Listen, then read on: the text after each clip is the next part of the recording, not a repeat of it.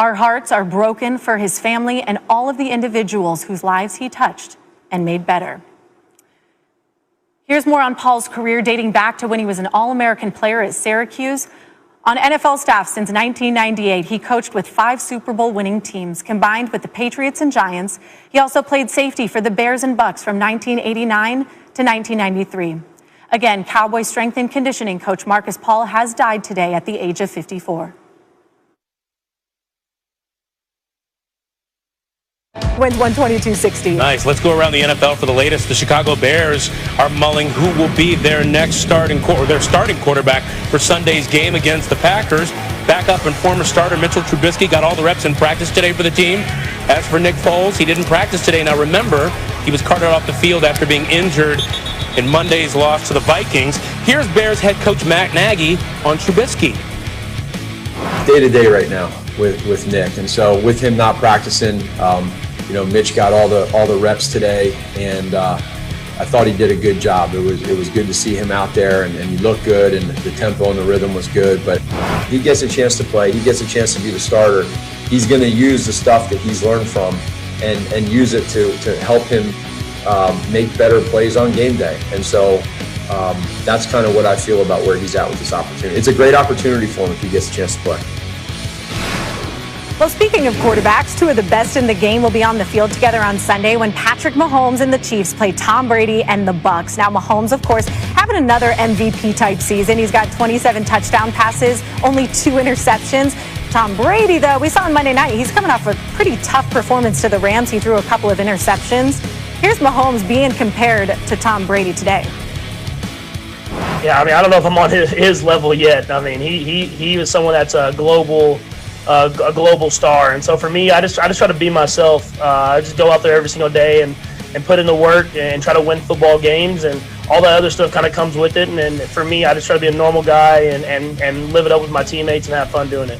He's in a great spot. I mean, they got a lot of weapons there, and Coach Arians is a great coach, and they're winning a lot of football games. And so for us, we're just going to kind of go in with that same mindset as if we're going to play any other great football team, and that's where we're at the battle every single play.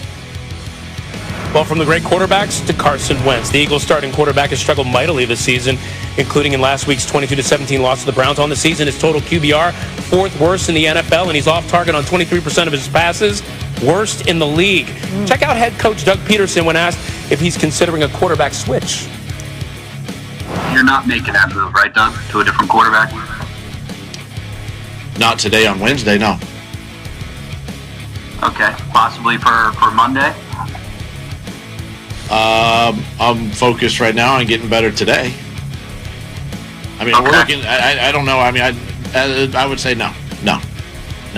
I mean, we haven't really had that conversation. And quite frankly, I'm preparing the same. I'm the same, and I'm approaching the week, attacking the week, and going to do everything I can to be ready for Monday night. And by the way, later Peterson clarified his language by saying of Carson Wentz, he's my starter, end of story. So for more on Wentz and his struggles, we want to bring in Dan Orlovsky. Dan, where does Wentz go from here? Yeah, like you said, Ryan, they're struggling and he's struggling. But at the end of the day, he has to go out in the field and still believe that he can make the throws, the challenging, difficult throws that are necessary where, maybe he's backed up and the ball's going to have to get driven to the sideline. Those are big adult starting quarterback throws. You've got to be believing that you can go do those. Or maybe it's, a good play action pass and the ball's got to get up over the outside shoulder of Dallas Goedert. You got to be able to make those great throws, or 3rd down, being able to move in the pocket versus pressure and throwing an absolute perfect throw to Alshon Jeffrey and believing he'll catch it. But also he needs to take a massive step forward and just situational awareness, 3rd and 3, get that ball out of your hands and get that 1st down. A shallow cross in a 2-minute drill with 54 seconds left. Know that it's just about getting a completion. So understanding the situational awareness of quarterbacking, that needs to take a big step forward starting Monday night against the Seahawks. But at the end of the day, he has to go out and believe and prove snap after snap, that he can continue to make challenging big-time throws and lead that football team. Yeah, Dan, this team has a lot of problems in a lot of different ways, but he has a lot to improve. Now, moving to the AFC, got a huge AFC South showdown Sunday when the Colts host the Titans. It's worth noting the Colts play star defensive tackle DeForest Buckner on reserve COVID-19 list today. Dan, where do you put the Colts among the best teams in the AFC? Yeah, I had them as the third best team really going into this season in the AFC behind Kansas City and Pittsburgh, and I think they've only solidified that. Now, they're solidifying it because their offensive line is absolutely fantastic, but Phillip Rivers has gotten hot, and they really do a good job of using all their people. We know T.Y. Hilton's a great player, and Phillip has really connected with him really well, but Michael Pittman has taken a huge step forward with his impact now that he's gotten healthy. I love the way that they use their tailback, Nyheim Hines, and then Jack Doyle. Just feel. He has a very similar feel as Phil Rivers does to the game.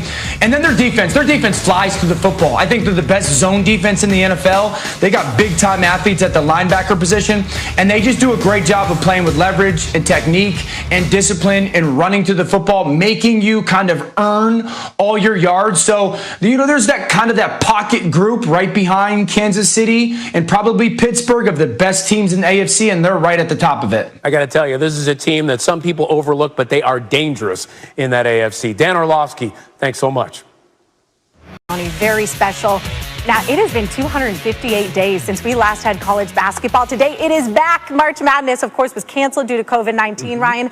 The coronavirus, though, continues to make an impact. Today, it's once again on the NFL schedule. That's right, Ashley. And if fans thought they'd have that Thanksgiving night Ravens-Steelers showdown to shake off that turkey coma, think again. Let's get you to our developing story. The NFL announced today the Ravens-Steelers game, originally scheduled for Thursday night, will be moved to Sunday at 1:15 p.m. due to coronavirus concerns. The source tells our Dan Graziano that 7 Ravens players have tested positive for COVID-19 over the last 3 days, and a number of Steelers were not happy about it. They took to Twitter following the announcement. Wide receiver Chase Claypool said this, quote, "What a joke." Juju Smith-Schuster followed with, "First, the NFL takes away our bye week because another team can't get their COVID situation together. Now they take away our Thanksgiving primetime game for the same reason. Shaking my head." And tight end Eric Ebron had this to say, "I'm not going to lie. Hashtag at NFL, this is bull. You know the rest." NFL insider Dan Graziano is live on SportsCenter with more. Dan, why did the league decide to postpone this game? Ryan, you mentioned the 7 Ravens that have tested positive so far this week. The league just decided with 2 more of those showing up today to bring that total to 7, that it needed a couple of more days to assess where things were with regard to this outbreak. My understanding is the contact tracing and the investigation that the league has undergone so far, they feel like they have a handle on how the virus got into the Ravens building.